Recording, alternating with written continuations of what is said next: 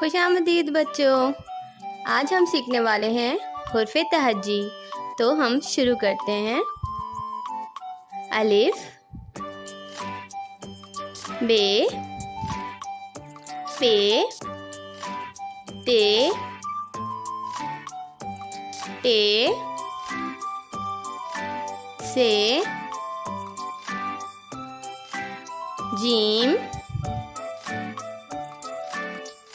चे, हे, ख्वे,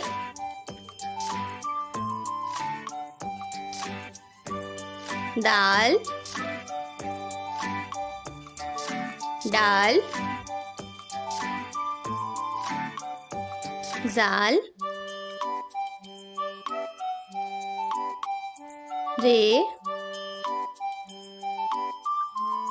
रे,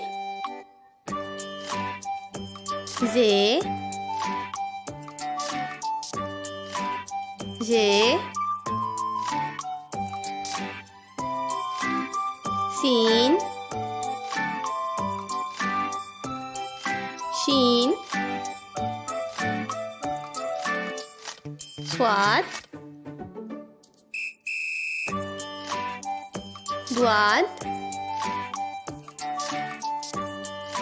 तौ, ज़ौ,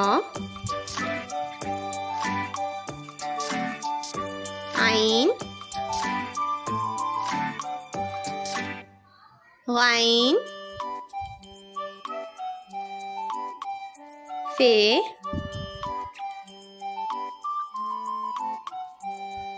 कॉफ,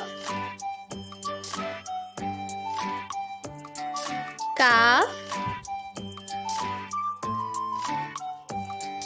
गाफ, लाम, मीम, नून, वाव, हा,